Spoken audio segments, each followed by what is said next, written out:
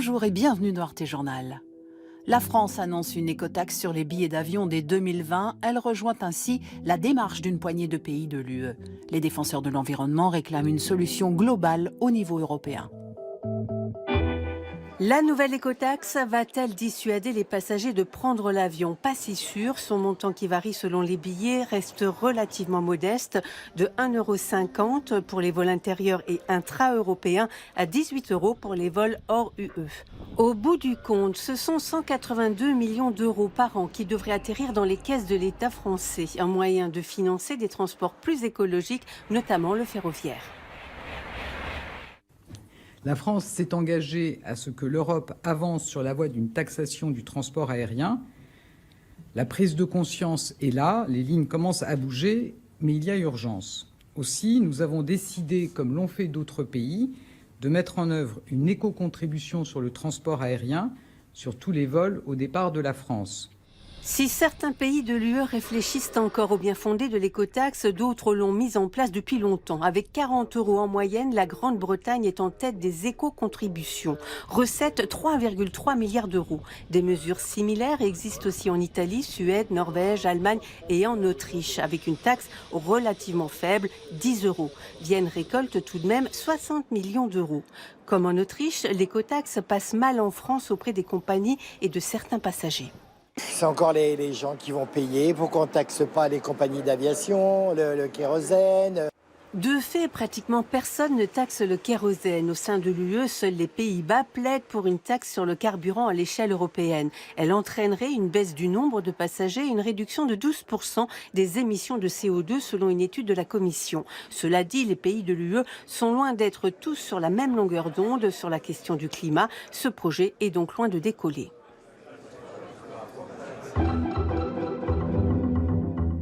Dans l'Italie du ministre de l'Intérieur populiste Salvini, combattre l'extrême droite et autres poussées fascistes peut s'avérer dangereux. Exemple à Rome, où les attaques physiques contre des défenseurs d'une culture d'ouverture se multiplient. 19h, comme tous les soirs d'été, la Piazza San Cosimato à Trastevere se transforme en salle de cinéma en plein air. Une initiative menée par un collectif de jeunes né en 2012. Ils s'opposent alors à la démolition du Cinéma America, la salle historique du quartier. Depuis, ce rendez-vous d'été est devenu un moment majeur de la vie culturelle et associative de la capitale. Et leur t-shirt, un symbole. Mais mi-juin, 4 jeunes du collectif qui le portaient ont été agressés au cri de « Vous êtes antifasciste ».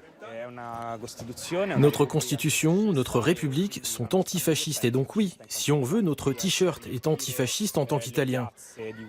Notre petite association de jeunes qui remplit les places avec des projections, des initiatives, des rencontres, des débats sur des thèmes comme l'inclusion, l'accueil, l'antiracisme inquiète les droites romaines, d'autant que nos initiatives sont transversales, fréquentées aussi bien par les familles de droite que de gauche. Le collectif est aussi actif sur 2 autres places de la banlieue romaine. Les plus grands noms du cinéma italien international défilent pour la plus grande joie des jeunes et moins jeunes. Un moment d'échange qui de toute évidence dérange. Mais l'agression subie n'a fait que renforcer le soutien à leur cause. Je voulais être ici pour témoigner ma solidarité à ceux qui représentent le meilleur de notre jeunesse. C'est bien de réagir ainsi avec le soutien de chacun, la mobilisation des grands du cinéma. L'important après ce qui s'est passé, c'est de ne pas se cacher, de ne pas avoir peur.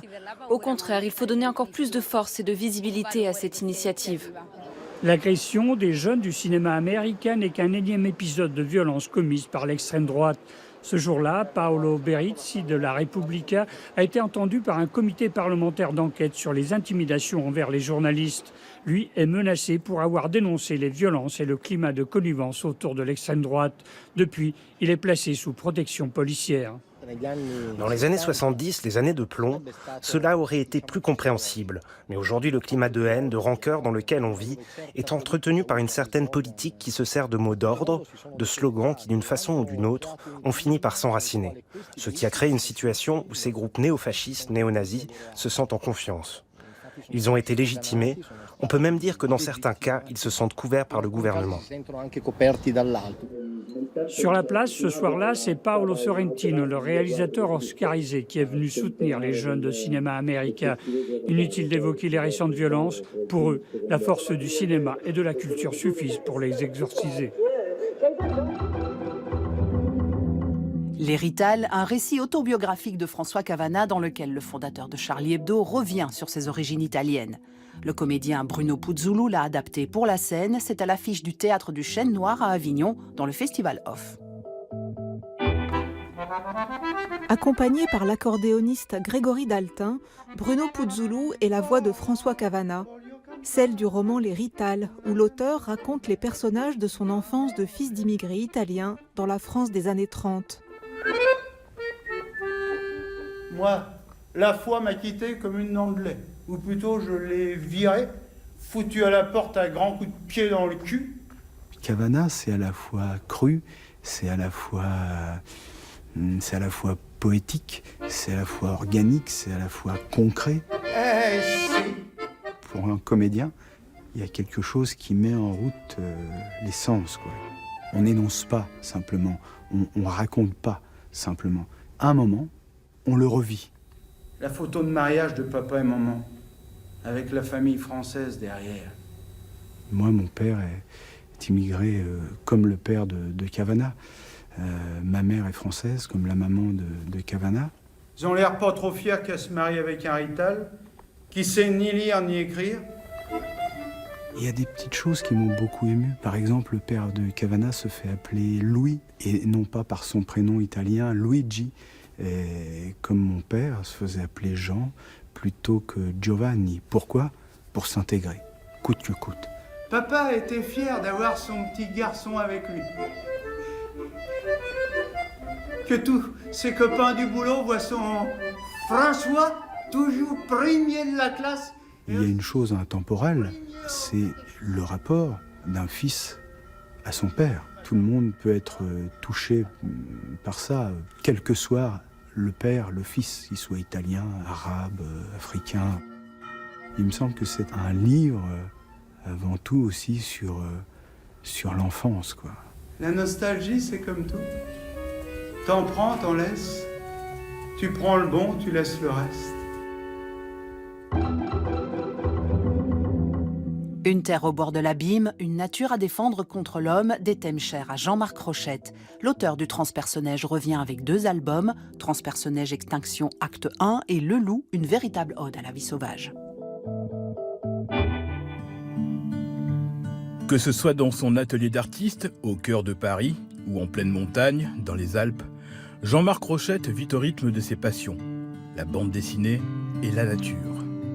D'ailleurs, Rochette se fait un point d'honneur à placer la question environnementale au centre de son œuvre. Je voulais vous montrer une certaine forme d'urgence. Moi, je pensais qu'on jamais je verrais un gouvernement brésilien dire qu'il faut couper l'Amazonie pour la rendre productrice. Je suis sidéré parce que je pensais que ça c'était acquis, que on avait fait les massacres, mais maintenant on arrêtait, quoi. Ben non, visiblement on continue, quoi. Maintenant on est à la limite de ce qui est supportable. Dans Le Loup, Rochette raconte l'affrontement d'un berger et d'une bête sauvage en haute montagne. Un récit réaliste à la croisée de Jack London et d'Ernest Hemingway.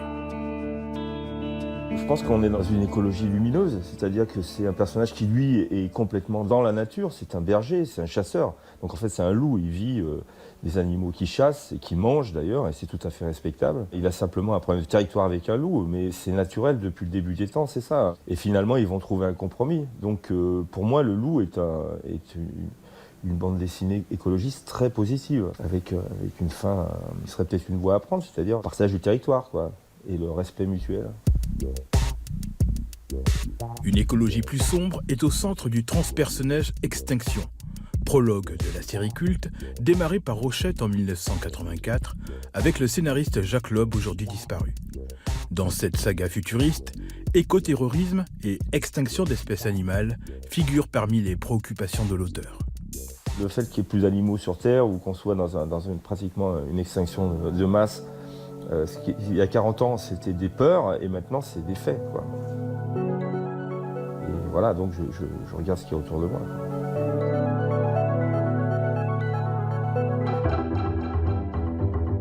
Prochain rendez-vous d'information ce soir à 19h45.